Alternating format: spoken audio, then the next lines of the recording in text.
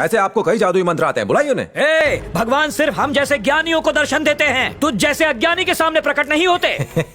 कोई होगा तो आएगा ना।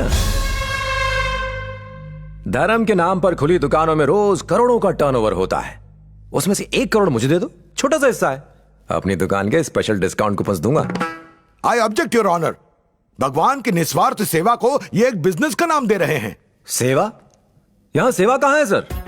मंदिर के बाहर चप्पल रखने से लेकर प्रसाद मिलने तक सब कुछ बिजनेस है सर। नारियल खरीदो, फूल खरीदो, फल खरीदो, आरती करने से लेकर हवन करने के लिए अलग अलग रेट्स तय हैं। ये सब क्या है? बिजनेस ही तो है सर।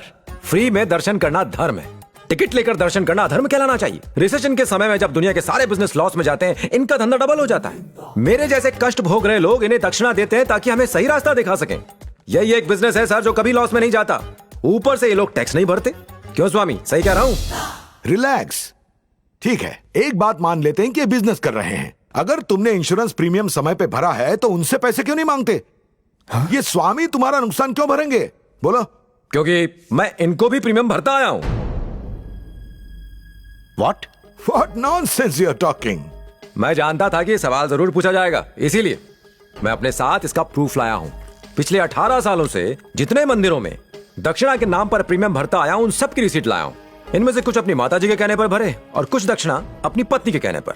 ये देखिए, मेरी जिंदगी का पहला प्रीमियम 1100 रुपए उस वक्त तिरुपति के मंदिर में पे किया था। और भी कहीं है। गणपति के स्टॉल के लिए हर साल 5000 रुपए का चंदा देता हूं। उसे स्टॉल नहीं कहते मूर्ख, उसे पंडाल कहा जाता है। जानता हूं। 3 साल पहले मेरी दादी सीढ़ियों से गिरी, डॉक्टर्स ने उम्मीद खो दी थी। एक पंडित ने कहा कि महामृत्युंजय का जाप करवाइए, वो बिल्कुल ठीक हो जाएंगी।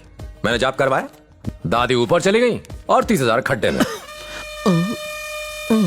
और सुनिए, दरगाह के लिए चादर, चर्च के लिए कैंडल्स, मंदिर में अगरबत्तियां, आश्रम में चंदे, पिछले 15 सालों में मैं इन सारी दुकानों पर 10 लाख से ऊपर खर्च कर चुका हूं। तेरा सर्वनाश होके रहेगा। इन पवित्र स्थलों को दुकान कहकर तू उनका अपमान कर रहा है। ये सब ईश्वर के घर हैं, जहां लोग अपने परिवार की सुख सुरक्षा के लिए चंदा देते हैं। तो फिर मेरे परिवार की सुरक्षा का क्या? उसके लिए तुम्हें भगवान से बात करनी पड़ेगी। स्वामी जी से बहस क्यों कर रहे हो? अच्छा, ख्याल नेक है।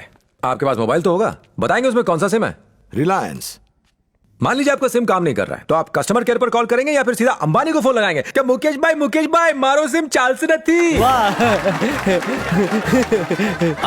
ऑर्डर। तुम्हारा मतलब ये स्वामी भगवान के ऑफिसर से? नहीं, ये किस एंगल से ऑफिसर्स हैं? नहीं, ये तो इनकी चेहरे को देख के तो लगता है कि ये सेल्समैन है, भगवान के कलेक्शन एजेंट। न्यायाधिपति जी, ये मूर्ख, अधर्मी और नास्तिक है। इस अधम को तनिक भी आभास नहीं है ये क्या कह रहा है।